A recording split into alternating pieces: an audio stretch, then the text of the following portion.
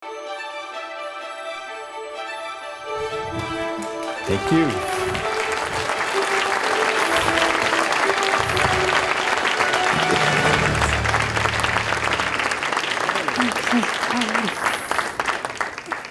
Thank you so much, everyone, for making time this beautiful, beautiful winter day to be inside to hear our esteemed guest today. Hello and welcome to the Commonwealth Club World Affairs program. I'm Melissa Kane. I'm a legal and political analyst. Today I'll be talking with Javier Becerra as part of our Race for Governor 2026 series of candidate forums. Now let me tell you some about today's speaker. He was raised in Sacramento by immigrant parents. His father worked construction. His mother was a clerical worker. He was the first in his family to earn a college degree, and he attended Stanford for that degree and a law degree as well. He went on to serve in the California State Assembly, U.S. Congress, as California's Attorney General, and most recently as the U.S. Secretary of Health and Human Services. Please join me in welcoming Secretary Javier Becerra. Thank you. Thank you very much. All right, I'm watching The Crown a lot, so I'm very concerned about titles. Secretary Becerra, His Royal Highness. For the folks here who have tuned in to learn more about you, I want to begin at the beginning. As I said in my intro, you were born and raised in Sacramento. Can you tell us a bit about that background, sort of to the East Coast and then back to Sacramento as a member of the Assembly? You know, it was a great upbringing. I thought I was middle class all the way until the day my mom and I drove my mom to Stanford to help me enroll in my first day at the university. And as we're driving, we go through Palo Alto, and then I realized I didn't grow up middle class. But I didn't know better, because while we never had much, we had what we needed. And I again pay tribute to my parents for never making us feel like we were anything but kids who were going to live a great life. And I was very fortunate. My father didn't get past the 6th grade because he was the oldest of 8 and had to start working right away. When he married my mom and they came to California, they had $12 in their pocket, and they worked pretty hard. He started off at that point working in a Campbell Soups factory, canning tomato. And my mom was quickly learning English and then began work as a clerical worker. But construction worker for most of his time, my father was, and then my mom, clerical worker. Somehow they figured out how to buy a home. But in those days, in 1950s in Sacramento, they were able to buy a little tiny house for $6,500. Yeah, I know, we laugh today, right? You can't even put down a deposit for that, let alone the down payment. My 3 sisters and I, we had the chance to all go on to college or serve in the military. My dad, because he was a union member, had health care for the family. And today my mom is still alive. My father has passed. My mom lives with my wife and me. And they were able to retire here in California, not have to leave and go to, Idaho or Arizona. And I look at that, and I did not know what they were doing for me, but what they essentially gave me was this path to know what to do with my life as a state legislator, as a congressman, then fighting as the attorney general for people in California, then as secretary, and now I hope as governor, to help the next family that's a construction worker and clerical worker that wants to have an opportunity to do for their kids what my parents, with no college education whatsoever, had a chance to do for theirs. So you wouldn't mind living in Sacramento? I get the feeling our current governor doesn't love it there. So you wouldn't mind living in Sacramento if you were the governor? It's home now. My wife and I live there. My wife's a high-risk obstetrician gynecologist. She works at UC Davis Medical Center there in Sacramento. I get to take care of my mom. My father passed in my home. I've spent more of my years in Los Angeles. I spent quite a few years here in the Bay Area, obviously for school. Sacramento's a great town. I'm still a Giants fan, even though I represented the Dodgers for 20 some odd years when I was in Congress, and I became a Dodger fan as well. It doesn't hurt to be a Dodger and Giants fan. They've won quite a few of the World Series over the last couple of decades. Who do you root for when they play each other? Oh, you shouldn't have asked that, because I'm going to open the door. I'm going to lose Southern California votes because you never lose your childhood loves. And at the end of the day, in San Francisco, I got to see on TV. Willie McCovey and Willie Mays play. I remember Dave Kingman. I remember Bobby Bonds, not just Barry Bonds. And so you go back a long ways. Do you get to see any of the A's games? You know, the A's are playing in Sacramento now, and that's kind of exciting. Yeah. You've been to see any of those? I'm thrilled that they are in Sacramento, but I barely have time to get some sleep. So Okay. That is true. That is true. Now, you did represent Southern California, a congressional district in Southern California for many years. Can you tell us a little bit about how someone from Sacramento came to be representing, I think, a sort of Anaheim area? Actually, right? LA, pretty much LA, San Gabriel Valley area of Los Angeles. I started working after law school with a state legislator in Sacramento doing policy work. He was a legislator from Los Angeles. And at one point, this was 1986, he said, my chief of staff, Javier, my chief of staff has moved over to work on Mayor Tom Bradley's campaign for governor. I need someone to run my district office, my senatorial office in Los Angeles. Will you come? I'd been to LA to work while I was going through law school. And I said, his name was Art Torres, Senator Art Torres. And yes, remember Senator Torres? Yeah, and I said, Senator, I came to do policy. I want to be here in Sacramento. He said, it's temporary, just until the election, until Mayor Bradley wins and becomes governor. I said, okay, I'll go down. And in the process, I got to meet lots of folks in the community. After 86, I went to work in the Attorney General's office, which I ultimately got to become the AG of. But I worked there for about 3 or 4 years. Lo and behold, the people that I met in 86 working on their behalf as the aide to the senator approached me and said, Javier, have you ever thought about running for office? And I said, no, not really. I was really happy at the AG's office. And they said, well, if you decide to run, we'll support you. I said, well, let me give it some thought. And this was like on a Friday or Saturday night. They treated me to dinner, and they said, well, just hurry up because the filing deadline's on Tuesday. So I made a quick decision, decided to run, won a race, came out of nowhere, 1990. And then 2 years later, 92, got to Congress, served 25 years representing Los Angeles. Do you miss it, or do you look at what's happening and go, actually, we had it pretty good? You know what? I thought I would not leave Congress. And when then Governor Brown in 2017 or 2016 approached me and said, would you consider being the Attorney General in California? I thought, I don't want to leave Congress. I'd been there for 24 years. But, you know, I've always said to myself, if I can make a bigger difference somewhere else, I'll go. Otherwise, I'm going to continue doing what I'm doing. And I took a chance, and I'm glad I did become the Attorney General because I did have a chance to make a bigger difference. I became Attorney General.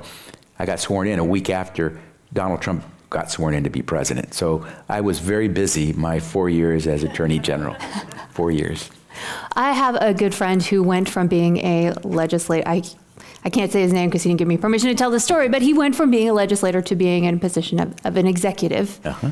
Sort of like an attorney general position, sort of like a governor position, sort of like a secretary of health and human services. And he said it was very different and that the adjustment from legislator to executive position is really difficult. How did you make that transition? What did you learn that you could bring to the office of governor? You have to make good decisions quick, and you have to be prepared to bring in talent that can give you a chance to know what to do. I would always tell my teams as the executive, don't come to me and tell me what we have to do. Come to me with the things I can do and give me the 3 best options. Then tell me the one you think I should take. And once you give me the 3 options, I can weigh them. And chances are I'm going to go with the one you've told me because you probably made the assessment, but let me make that call. But always give me at least 2 or 3 options. And that's what my teams, when I was Secretary of Health and Human Services and as AG, would do. And in both cases, well, as in the case of AG, we ended up having to sue the federal government over 120 times because they were really coming at us every direction. Some of the stuff that you're seeing today with ICE, they tried it the first time, and we were able to stop them the first time. They got more aggressive this time, but when President Trump tried to send down ICE and ICE tried to tell our law enforcement that we had to join in their immigration raids, I said no. And because I said no, they then went after $57 million of community policing dollars that California had received in grants, and they denied us that. In both counts, I had to take them to court. In both counts, we won. We didn't do ICE raids, and we got our money back. And so we just had to constantly be ready to go at them. So you sued, 122 times, I think is the final number. Rob Bonta then became the AG after you departed to go work in the Biden administration. He has sued 53 times. Yes. Is he doing okay? He just should he be doing more? Just had another victory today. I don't know if you heard the Proposition 50, which was contested by the Republican Party here. They took that to try to take it to the Supreme Court. The Supreme Court just rejected the Republican attempt to have the court reconsider the case. And so AG Bonta just got another victory. So he's working hard. This is a different Donald Trump, more aggressive Donald Trump. But as Rob said to me the other day, he said, "You gave us the playbook on this." And so the day that Donald Trump sent in ICE officials and then the National Guard, I said in some interview, that'll be struck down because we went through it as well. And it's not legitimate. You cannot do that. And so much of what they're doing, they tried before. Much of why they sometimes succeed against us is because you've got more conservative courts. Oh, right. Ninth Circuit, especially, there's been a real effort to appoint people. In terms of being chosen as Secretary of Health and Human Services, how does that work? Can you give us some insight to people? Do they call you and go, "All right, I got 3 options. Which one do you want?" Or how do you just get the call? Do they back channel it? How does it work to become a member of the president's cabinet? That sounds really amazing. What I've experienced, President Obama made an offer to me when I was still in Congress to serve for a time, and I decided to stay in Congress at that time. But typically what happens is you'll be approached, they'll ask, and are you interested? And I signaled pretty early on, I'm really enjoying what I'm doing as Attorney General. So you really don't have to worry about me, unless you want me to be the U.S. Attorney General, then I'll consider that. And so they would stay in touch periodically, and at one point they did say, would you consider Health and Human Services? And I thought I was set in staying in California, but having served in Congress, I did a lot of work on healthcare. I was one of the drafters of the Affordable Care Act. I did a lot of work on the Ways and Means Committee on healthcare, especially financing, and I knew it really, really well, and I know how much you can do. HHS intrigued me, and when they got serious, I got serious. To give you an idea, the California Department of Justice is the largest state Department of Justice in the nation. No state, not even New York, comes close. I had a budget of over $1 billion. That was pretty big. My budget at Health and Human Services was $1.7 trillion. I tell people as I'm running for governor, I'm the only candidate who's actually managed budgets and balanced budgets that are as big as the budget of the state of California. The budget of the state of California is big. So is, for example, the budget of the Department of Defense. You can put the Department of Defense's budget in with the state of California's budget, and together they are still far smaller than the budget of the state of the Department of Health and Human Services.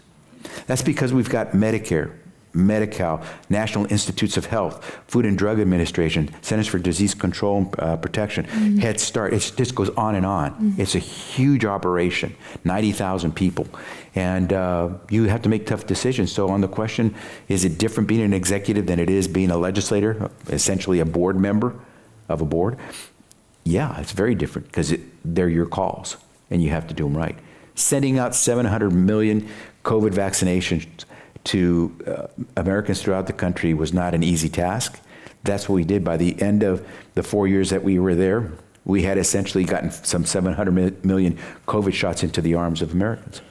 But what I'm most proud about is that we never charged any of you a penny for those vaccines. Try getting the vaccine now if you don't have insurance.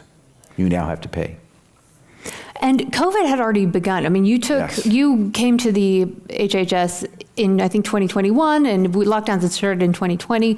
So why did you take a job that is in the middle of just something really extraordinary? What kind of conversations were you having with your friends and family about, do I need to jump into this tornado of international issues? Yeah, it was a full-blown crisis. If I said to you, did you hear the news that a jumbo jet crashed and everyone on board died? It wasn't one. It wasn't two. It was 10 jumbo jets that crashed and everyone perished. Because it didn't happen today, but during COVID, that's what was happening. Every day, about 10 jumbo jets of Americans, about 400 people per jet, would crash and everyone would die. Because when Donald Trump handed the keys to Joe Biden in January 21st, 2021, more than 4,000 Americans died in that one day from COVID. We were losing thousands of American lives every day from COVID. We don't remember that, but that's where we were. If I had said to you that 10 jumbo jets crashed, you'd say, what is going on? But because it was COVID, we didn't treat it the same. But it was a full-blown crisis, and I said it at the beginning. If I can be in a position to make a bigger difference, that's where I'll go. That's why I took the position at HHS, because it was clear I was going to get to make a big difference. Now, former LA Mayor Antonio Villaraigosa has singled you out for special animosity. It's hard to describe. There's a whole website. We don't need to get into that, but on the website, there are these videos about an issue that came up while you were at HHS. The New York Times ran an article about the lost children, I think, something like that, about people who were coming into the U.S., children, unaccompanied minors, and alleging that the HHS under you was not sufficiently vetting the people who were sponsoring them, the people the children were getting placed with, and so they were ending up in terrible conditions. Is that true? Do you want to speak to that? Would you have done something different? I want to give you a platform to sort of respond or, kind of clarify what your perspective is. Sure.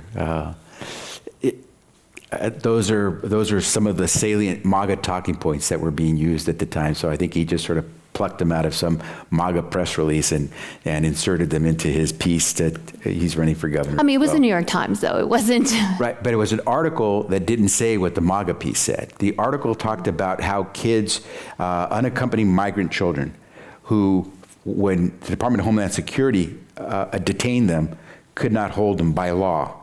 By law, they are an agency that detains adults and incarcerates adults, detains adults. By law, they must transfer them to HHS because we are more equipped to handle children. And so those kids would be transferred to us. By law, we're supposed to place them in the least restrictive setting with a family, not in some congregate care facility. And so we search for sponsors, reliable, vetted sponsors, and that's what we did. The New York Times article dealt with the issue of some of these children not reporting to ICE when they were supposed to, because they were there still with an immigration case that was pending. And some people characterize that as kids being lost because they hadn't gone in for their immigration hearing. And they were talking about something like 85,000 kids missing or lost, which of course the MAGA bullets exploded into something huge. By the way, if it was something true, and they were so concerned about it back then, how come you don't hear about anybody searching for 85,000 lost kids?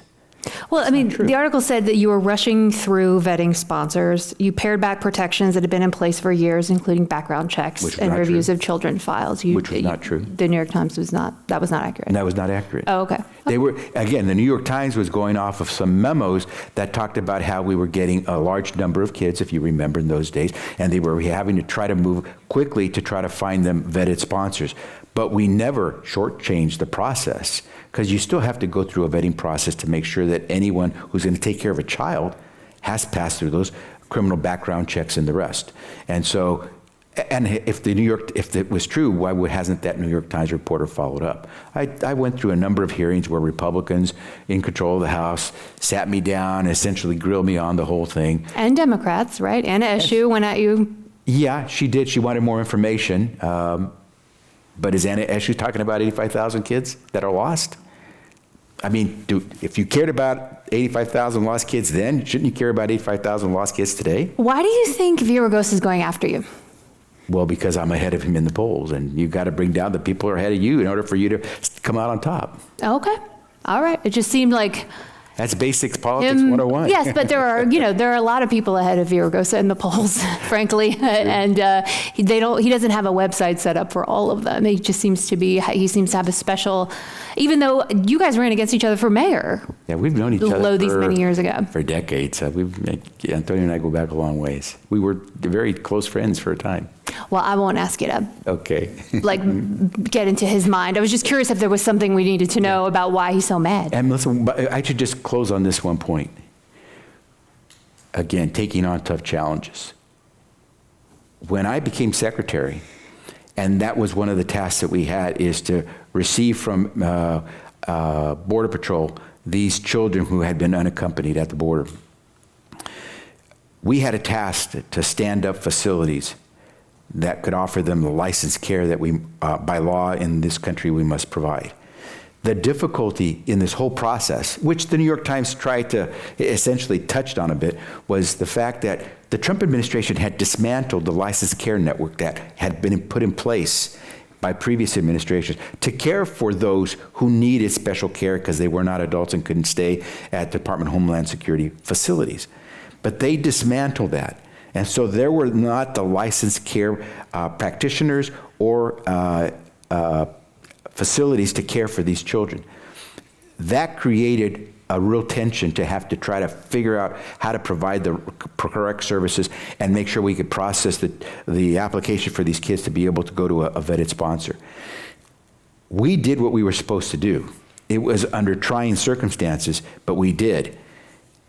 Now you got the Trump administration again, and they are once again dismantling the system. And that's why you see a 5-year-old being transported by Department of Homeland Security, not by HHS, separated from his families. They are going back to what they did before. They are not following the law. They have dismantled the system that's supposed to be there for children, and they're treating children as if they were adults in violation of the law.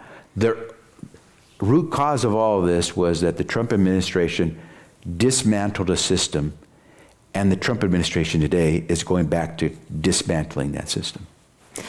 So you bring up a good point, because I watched the debate last night, and as we were talking in the green room, I don't know if y'all saw it, it's at KTVU, it's on YouTube if you would like to see it, but just so you know, there is a point when Secretary Becerra is talking, and the audio cuts out because of the debate sponsors had audio difficulty. And the question was, what message do you have for Californians about immigration and what you would do as governor? And now other folks had gotten to speak. Tom Steyer said he wanted to abolish ICE. Tony Thurmond also said he wanted to abolish ICE. You got cut off. I'd love to give you the opportunity to say what you were going to say or what you were in the middle of saying, and then, but also weigh in on whether you think we should abolish ICE or you would support that. So this is where having that breadth of experience really comes in. Having grown up the son of immigrants, having worked for immigration reform in Congress, having served as the Attorney General who defended immigrants against Trump 1 attacks, including, for example, defending the DACA program for Dreamers all the way to the Supreme Court and beating Trump in the Supreme Court and keeping it alive. And then of serving as HHS Secretary, where, as I mentioned to you, we made the COVID vaccine available to everyone, regardless of your income, zip code, or status. So when you ask me the question about ICE, I'll give you the answer that I believe in my heart, and I've said publicly. We need immigration enforcement. We are a sovereign nation. We have a right to know who's coming through our borders, and we have a right to enforce the law. But this ICE that we see in Minneapolis, that we've seen in California, in this way, they don't belong anywhere. That law enforcement agency doesn't belong anywhere. And so if we're talking about what we are actually witnessing, that does not belong in America. But do we need an immigration enforcement agency? Yes, we do. And I say that having been the top cop for the state of California as the Attorney General, where I oversaw law enforcement in California. And every day I worked with ICE. At the same time, I sued ICE for violating the law. I mentioned in that debate yesterday that I have taken down sex trafficking rings. I have taken down organized crime syndicates. And in each of those cases, I can probably point to you at least one, if not more, federal law enforcement agencies that were working with the state of California and our local law enforcement agencies to do that work. We work with them every day. We have to work with them. You can't do drug interdiction without talking about federal law enforcement working with you. And so my division of law enforcement at the California Department of Justice works day in, day out with federal law enforcement, ICE, DEA, FBI, the marshals, all the time. We do some good stuff with them. What you're seeing on television is not the stuff we did with them. None of their officers, their agents would wear masks, conceal their identities, come in unmarked vehicles. That's not the mark of a legitimate law enforcement operation or agency in the United States of America. And so what we're seeing, I don't blame people for wanting to say, get rid of ICE. But we do need enforcement of the laws, and we have to do it right.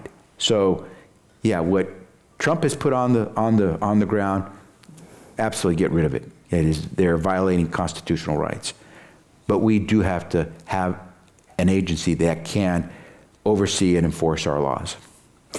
Well, I want to talk at various points about how you would depart from our current governor or from other candidates on this issue. I saw recently you had told a reporter that so one of the things that Governor Newsom has done is he put a cap on Medi-Cal for undocumented immigrants. It's supposed to save something like $78 million this fiscal year to basically stop the enrollment of undocumented folks into the Medi-Cal program. You said that you would rather cut other things, that you thought that it was wrong to cap the enrollment.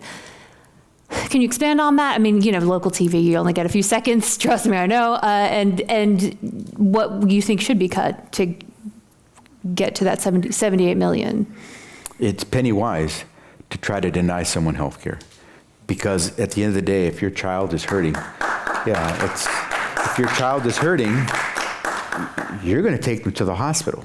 Even if you don't have insurance, even if you don't have a lot of money, you're not going to let your child suffer or die before you. And so it is foolish to think that healthcare is a commodity that you can say, well, my kid's hurting, I'm not going to take him to the hospital, I'll let him go play games. It's not like you can take one commodity and shift it for something else. Healthcare is different. And so to deny someone healthcare, one, is not only immoral, but two, it's not fiscally sound.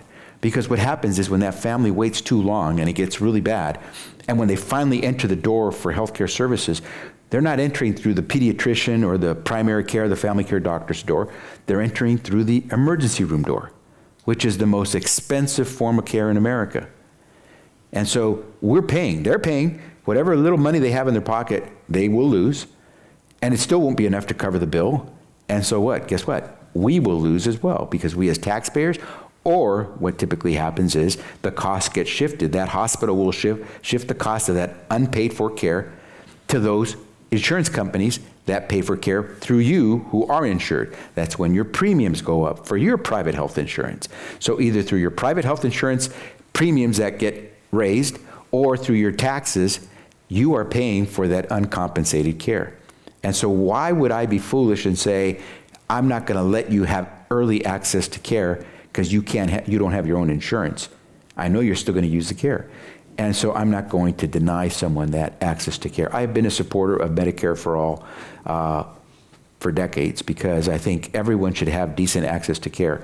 But fiscally, having served on the Ways and Means Committee in Congress, which deals with all the financing of budgets, you lose money when you do things late. Frederick Douglass, a great American, said about 160 years ago, it is easier to build strong children than to repair broken men. In America, we spend so much money trying to repair broken men and women when we should be spending our money early to build strong children or to give families access to health care. It's just smart. My mom said it even better than Frederick Douglass. Mijo, mejor prevenir que remediar. My son, better to prevent than to remediate. It's just that basic. Are there other areas where you depart from the governor's choices, where he's made decisions where you say, I wouldn't do that, or failed to make decisions or failed to do things that you think he should be doing or prioritizing? Yeah. Well, the healthcare one is a big one because I will not go backwards. We did suffer a big hit. The $1 trillion loss to the Medicaid program, what we call Medi-Cal here, is huge. And I can understand why the governor's saying I got to do something because of the shortfall. I just wouldn't choose healthcare to pick to try to take care of that shortfall from. We talked about the response to the ICE illegality. I would have handled differently in that I would have started from the beginning with my law enforcement leadership. Having been AG and having worked with our chiefs of police and our sheriffs of the 58 counties, I would have asked them, help me talk to the people that we talk to all the time, the heads of the federal law enforcement agencies, in this case ICE, and let's say to them, you guys have a right to do federal immigration enforcement. We can't stop you. But we patrol the streets. You don't have a right to do anything on the streets unless it's for federal immigration enforcement legitimately. And so if we see someone who's masked chasing someone down the street and we don't know who that masked person is, by right, our law enforcement officers should be tracking that person down to make sure one of our citizens isn't being harmed. And so we should understand the rules of engagement, because sooner than later it will be blue on blue, and none of us wants that. And I would have had my law enforcement leaders who have relationships with law enforcement leaders at ICE to say, come on, let us crack through that skull, make some sense of this, because this is not going to end well. I would have done that from the very beginning. Have you read his new book? The governor's? Yes. No. Do you plan to?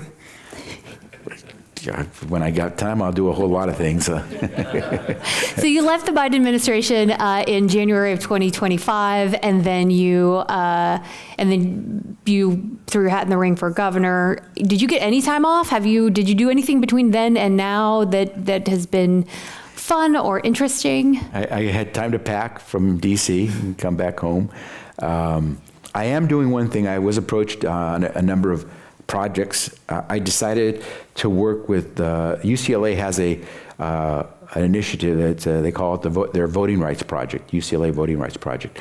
It's an office, a small office, where essentially they do everything they can with a team of lawyers and a team of policy analysts and data crunchers, and they try to ensure that elections are run fairly and freely, and that people aren't denied access to the polling of booths. And so the Voting Rights Project struck me as something I wanted to do because I've done some of that work in Congress as the Attorney General.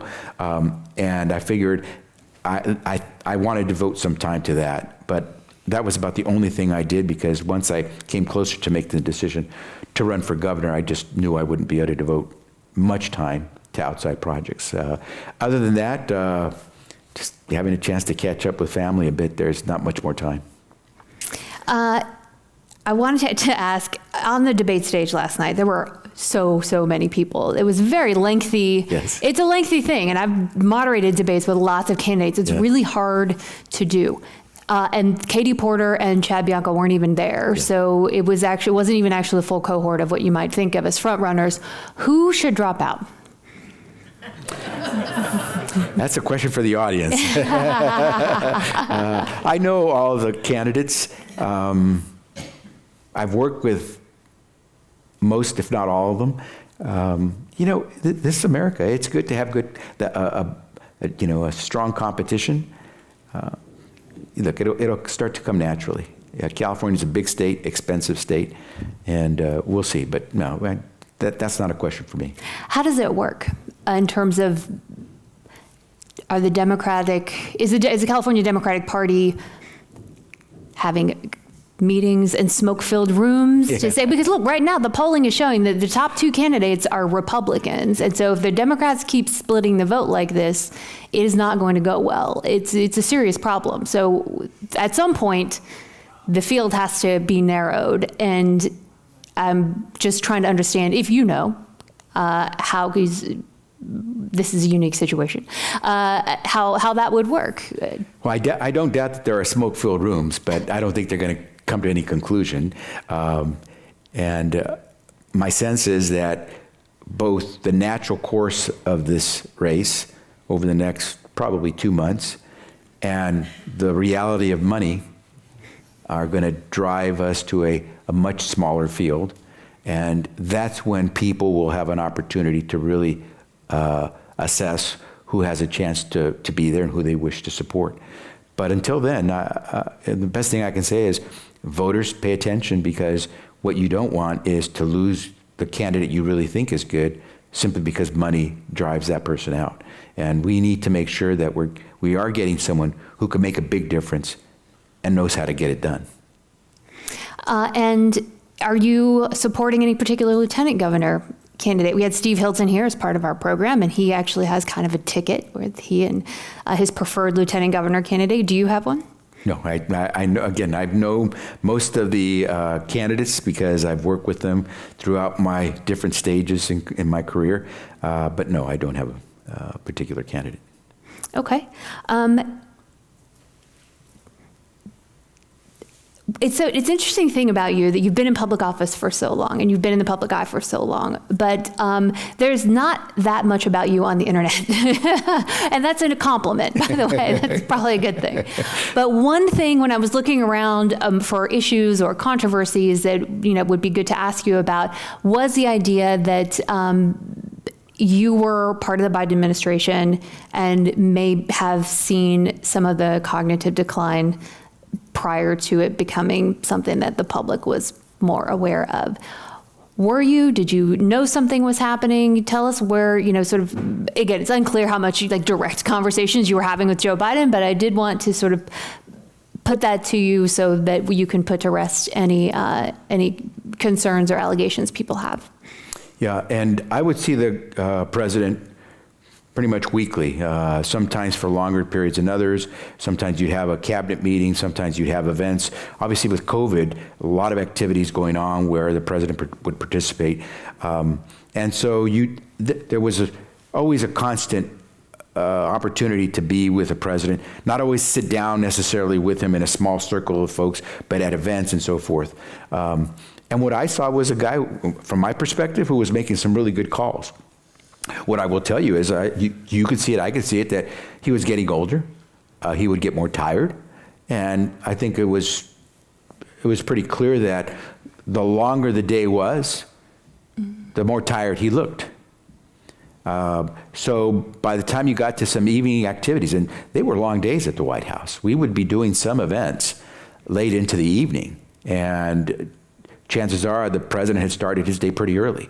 And so for anybody, I don't care if you're in your 70s or 80s or in your 30s or 40s, it's a long day. And so I think you could see that he would get tired towards the end of a day, but was he making the right calls? You know what? He gave me the ability to put 700 million vaccines in the arms of Americans and never have to make someone face the consequence or the decision of whether or not to have to pay for it. You know how many people would not take medicine if they had to pay for it? And I will tell you, it wasn't easy.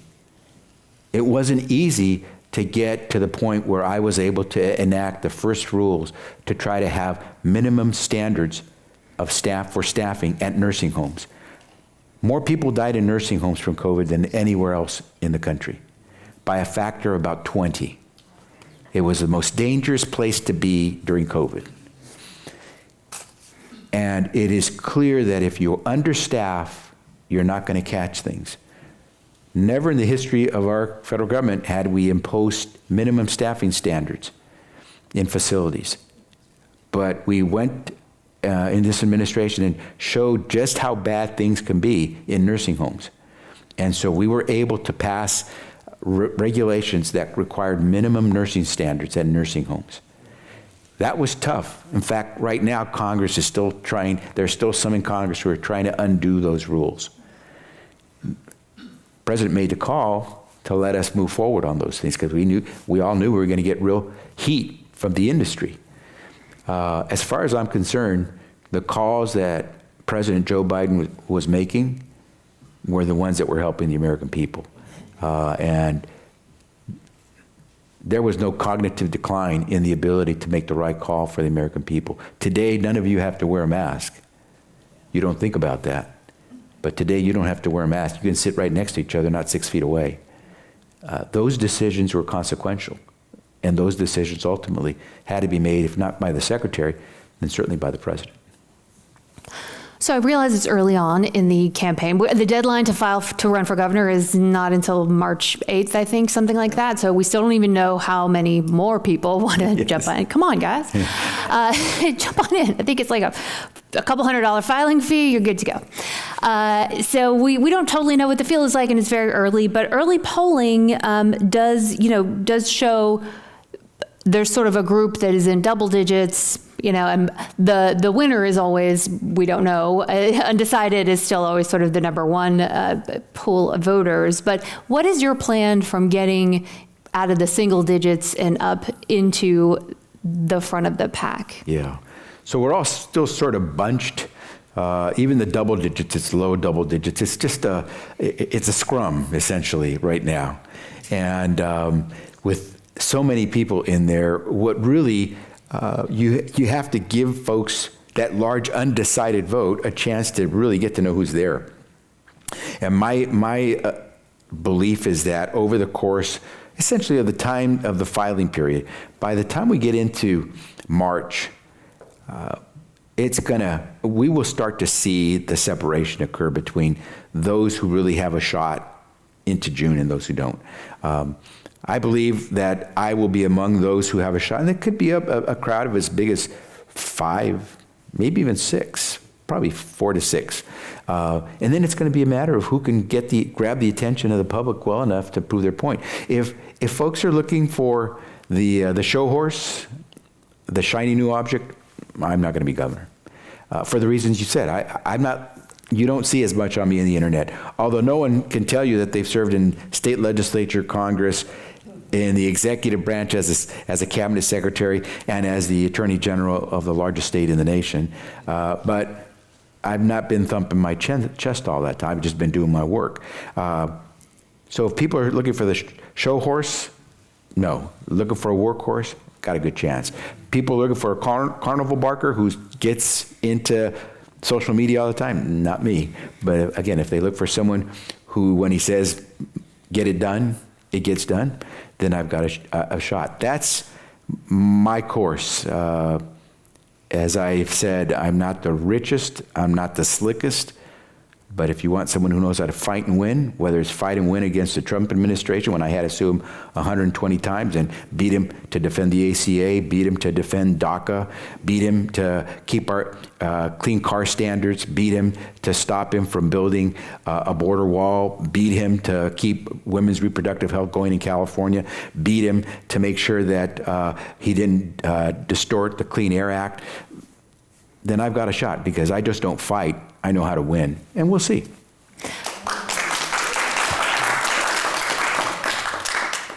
I'm sure in the course of, or maybe, you know what, I'm not sure. Let me ask you. Have you had consultants come to you and say, if you would just send this mean tweet, if you would just do this TikTok dance, you know what I mean? To say like, oh, look at this chart that shows that people will like you this much more if you do this much more weird stuff online. Have you had people pitch that to you, or do people just know you well enough to know that's a dumb thing to even ask you about? Yeah. This is politics. So yes, I got a quick story. When I was still Attorney General, one of the things that we do is we oversee all the nonprofit organizations in the state. You have to file your paper. You want to be a nonprofit, not be taxed the way a for-profit company does. You have to, prove that you're a nonprofit. Well, shouldn't surprise anybody here that some nonprofits abuse of their status. And we go after those nonprofits that are abusing of their status and essentially defrauding people of their money when they make donations. One of those was an organization that called itself Puppy Salvation or something along those lines. They publicized that they were saving abandoned pets. Puppies. Oh my gosh, you're serious. I thought you were just being sarcastic. No. Oh my gosh. We investigated them, and lo and behold, they were not doing anything what they advertised. So we had to go after them. And among the animals that we saved were a bunch of very young puppies. And so we did a piece where we had the puppies, and I picked one of them up, and somebody was flashing photographs. That went up on our social media. They said, General, guess what? You had more likes and hits on that one piece than anything else you've done. So if I want to win this governor's race, I got to have a puppy with me everywhere I go. And sure enough, I will get the vote. But you're absolutely right. Sounds like a good plan to me. So yes, do we have people whispering in your ear all the time, you should do this, you should do that, you should attack them and do that and bring them down? All the time. And it's that's politics. Bring someone down if they're above you on the ladder and climb as fast as you can before they can get your feet. I'm very fortunate. Most people would say, looking at me when I was a kid, I would be lucky to have a decent life. My parents, I started working in construction alongside my dad, road construction. And they finally told me this after I had graduated from Stanford University. And he said, we didn't want to tell you, mijo, nunca te queríamos decir esto. We never wanted to tell you this, but we were so afraid when you started working road construction with your dad that you wouldn't leave it because the big money you were making. And of course, for a kid who, never had much of anything, and my dad, road construction workers don't make a ton of, laborers don't make a lot of money. But for me, that was big money. And so they thought I would be, enamored by the big paycheck, and I wouldn't go on to get a university degree. That's where I came from. And so to get elected to serve in Congress, to get to be the chief law enforcement officer for the state of California and defend the Affordable Care Act in the Supreme Court and beat the Trump administration, to then be asked to serve in the cabinet of a president, I can die, and I think it'll be heaven. I'll have some good conversations with folks on my experiences. If I get to be governor, I'm going to be thrilled because I know I'll get to do some good things. But it isn't my life. In fact, in the debate yesterday, I did mention among all the things that I'd done, that one thing that I'm most proud of the things that I've done, is that for 37 years I've been married to the same person, my wife, the OBGYN high-risk specialist. Carolina and I have been together for the longest time. We raised 3 phenomenal kids. If there's a story of success, especially in a world of politics that I've had to live in, it's that I have a family and we still love each other a great deal. And that to me is the best part, because if I'm grounded at home, I'm going to be anchored really well wherever I go. That's really lovely. Yeah, thank you. And sadly rare in Sacramento or other capitals. So your mom is at home. You're helping to take care of her. What does she think about her son who's running for governor? I mean, they show up here, they're building a life, and fast forward, son running for governor, having already had a really illustrious career. What does she say about it? She's always been thrilled to see what I've been able to achieve, and she always, looks up to the Lord. She's very religious, and she'll always say, I don't know what I did to have the Lord give me these blessings, that kind of thing. But I will tell you, after the service as secretary, where I had to go back to D.C., I think she's ready for me to not have to move around anymore. She'd like to see me a little bit more. She's a mom. Mm-hmm. I'm still her boy. She still blesses me when I leave. Oh. She no longer does. Up until when I was still AG, she'd still say to me as I was getting ready to leave her to go to work or whatever, do you need any money? And she doesn't do that anymore. But I think she'd prefer to have me around more than I am. But she's very proud, and she feels blessed. Does she keep you grounded and remind you? She does. My dad used to say, I liked you better when you couldn't talk. He was awesome. And he was, but the kind of bringing down to earth, let's say, that only family can do. So you have to put in perspective, my mom she would have made Bill Gates look like a mediocre businessman, because how she was able to take my dad's salary, and because she started working once all 4 of us kids got to school. So she didn't work until my youngest sister started kindergarten. But even then, clerical work, she wasn't getting paid much. She was the brains. She was the one that decided, we need to do something with this money. Not a lot of money, but she figured out how to buy a little house here. And then they bought this one property that had 5 little homes on it. And before you knew it, they had this little empire. And for them, they can't believe what they've been able to do. My dad has now passed, but she will always say, we're just so very fortunate. And then to see their son get to do all these things, they feel very fortunate. But at the end, she's still a mom, and she'd rather see her son. She likes seeing me on TV, but she'd rather see me in person. So yeah, she keeps me very grounded. Does she brag on you? When I would go home, we'd go to like Walmart, and the Walmart check would be like, "Oh, you're Melissa." Like your mom is always here talking about. Like, does she? No. Again, for the same reasons you don't see me posted all over social media. It's the same thing. We're a pretty quiet family. When you're an immigrant family and you're trying to prove yourself, you don't go out and boast a lot. You just try to let your work speak for itself. My dad was just a phenomenal worker. He never got past the 6th grade, but he knew how to build.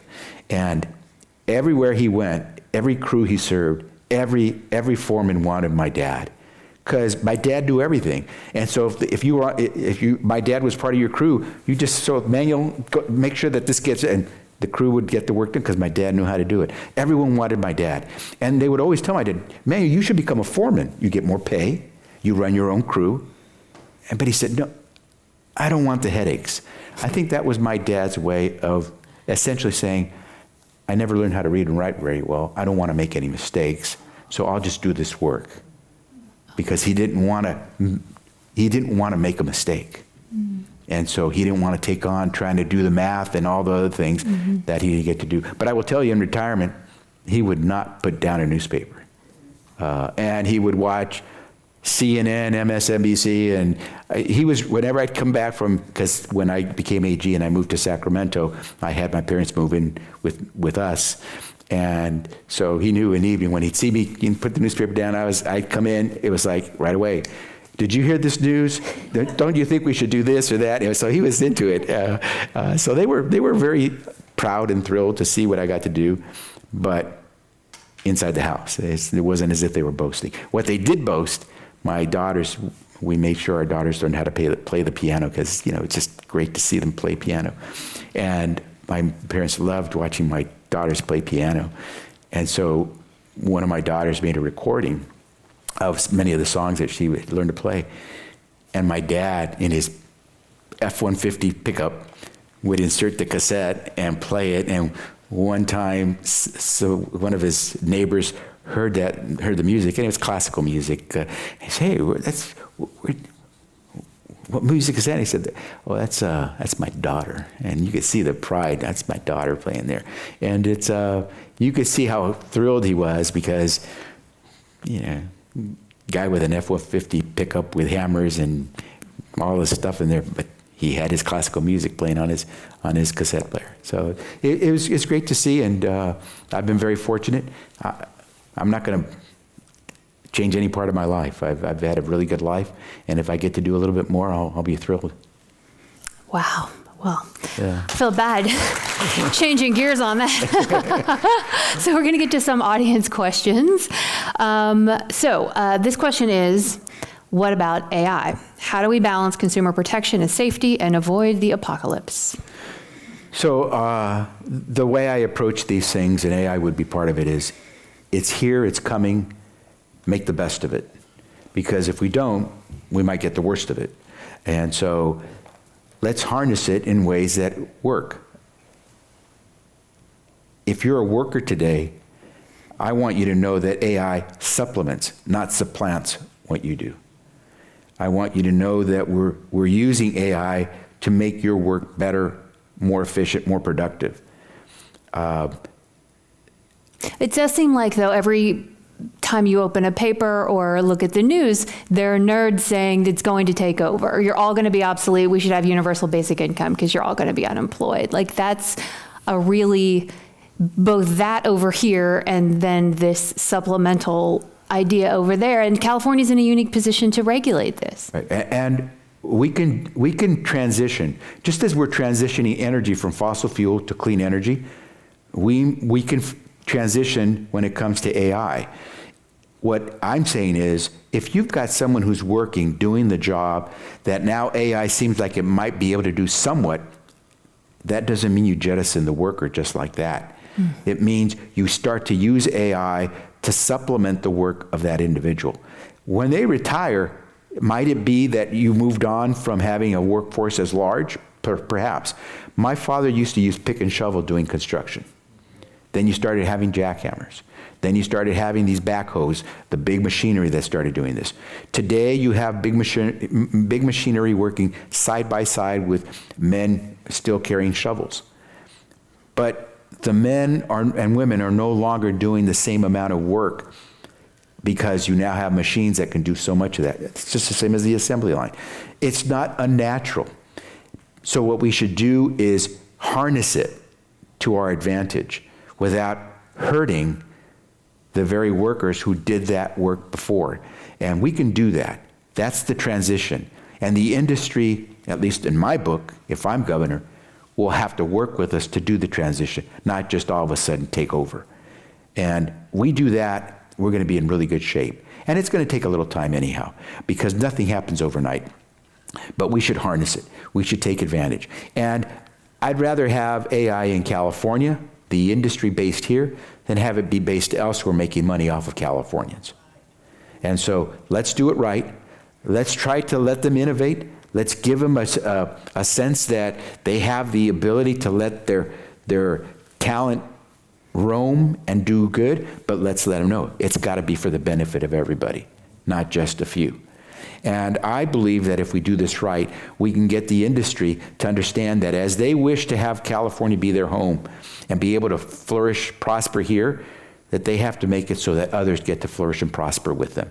So energy, they're going to consume a ton of energy. Electricity needs, water needs are great with these data centers.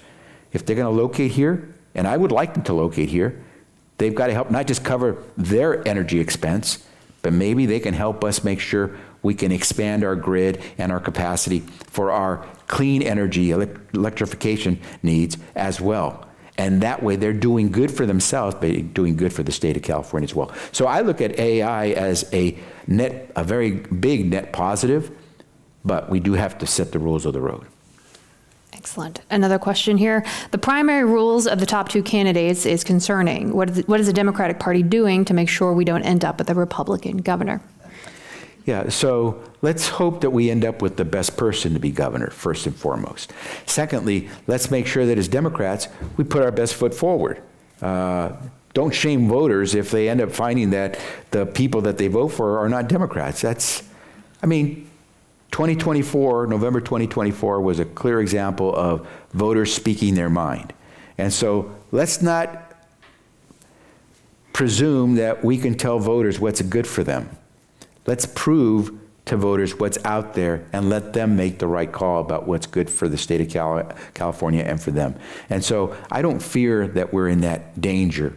What I do fear is that people won't pay attention soon enough.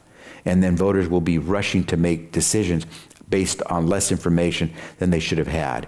That's what would concern me, but I have no doubt that we're going to be able to make some good decisions. And I have no doubt that at the end of the day, that the candidates running to be governor in November, one-on-one, will include at least one Democrat, if not two, and that when I become governor, it will be because we had a good race. And puppies. Alrighty, so this is interesting. Given that California is the largest donor state by far, what can we do to leverage that financial power to thwart Trump's many autocratic efforts? I'll just add here, we are a donor state, but a lot of that money that is, donated to the federal government is just comes straight out of your paycheck. So California doesn't, I don't want to speak for you, but I've had to research this before. And I do know that we're limited, I think, in how much we can withhold essentially from the federal government or leverage. I could be wrong though. Help me out.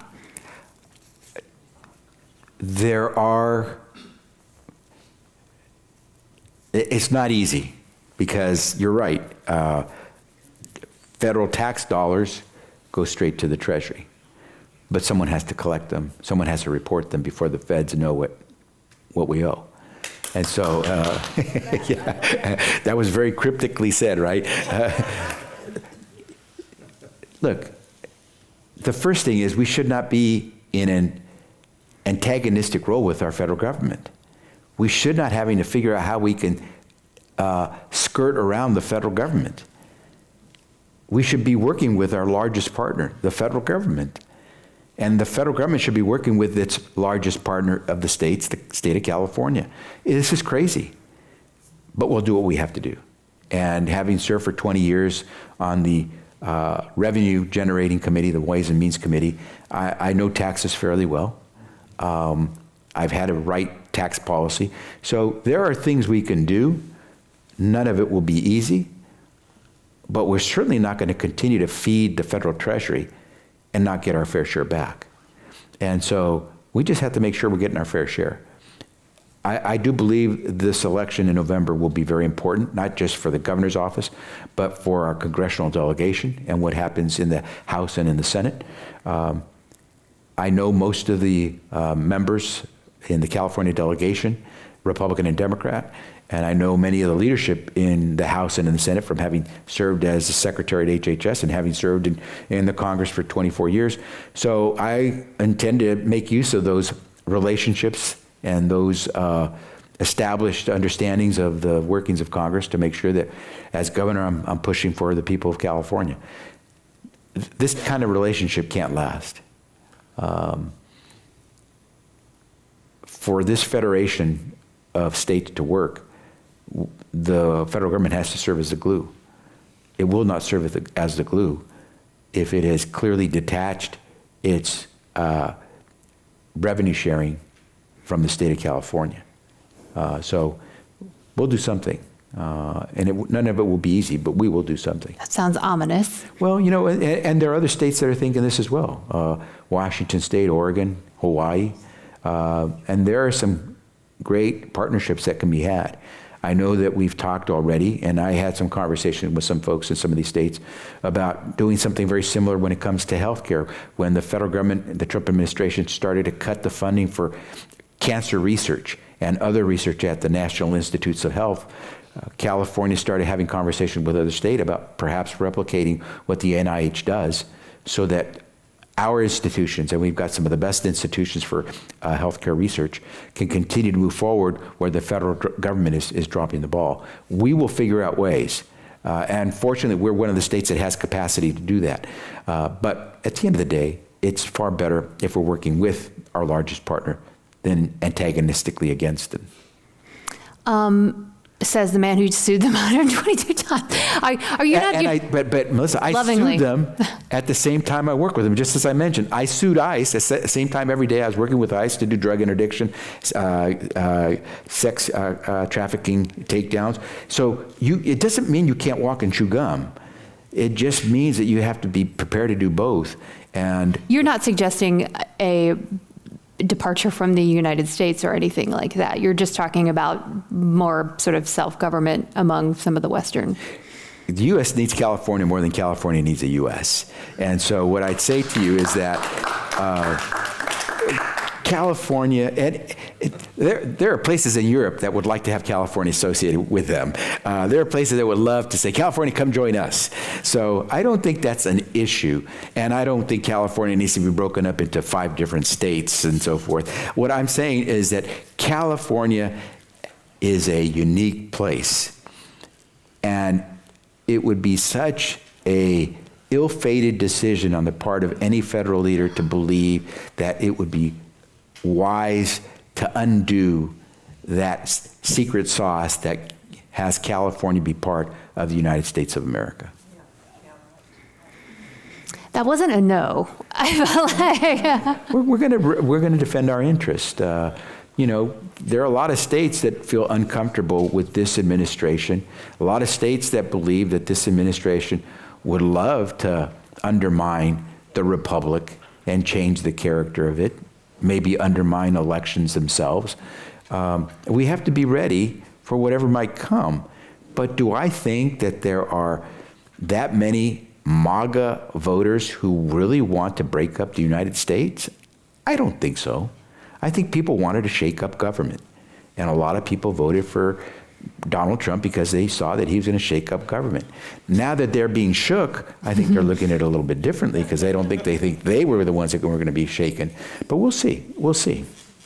Alrighty, we have time for one last question. We're out of time, but it's the internet, so we can do what we want. So where do you stand on the billionaires tax? We're going to generate revenue. Certainly billionaires will pay more. But that initiative, if you're talking about the initiative called the billionaire tax, I don't think it's going to pass. I don't think it'll work because it's not tax policy. It's a one-time, some people call it a confiscation. I won't call it. It's a one-time tax on those who are considered billionaires. By the way, how do you know if you're a billionaire? Do you include all the artwork that you have that's worth a lot of money or not? Do you include the yacht that you have parked in the Mediterranean? How do you know about the Cayman Island accounts? How do you determine when someone reaches the threshold or gets below the threshold? It's just too complicated.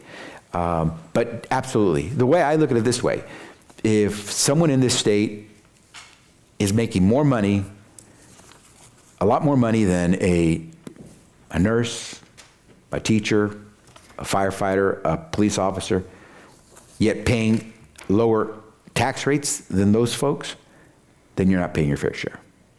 And I would say that you should be prepared that with me as governor, I will move the legislature to try to make sure that we have the revenue we need by making sure people pay their fair share.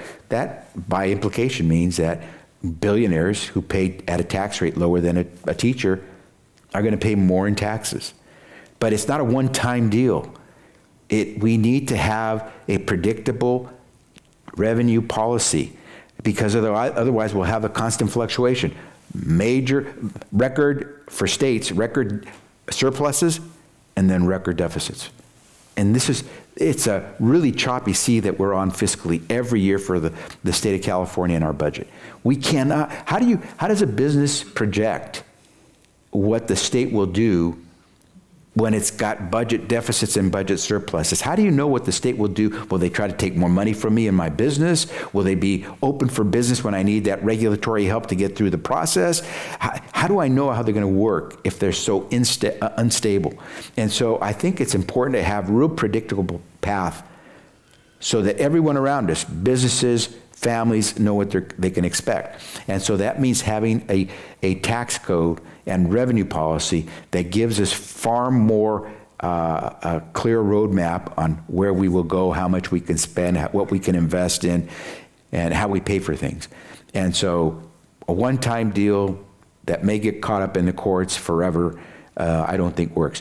Stay tuned. I think there will be an initiative on the ballot that tries to extend what we passed about 10 years ago, Prop 55, Prop 30, which was money dedicated to our schools, with some money going to healthcare.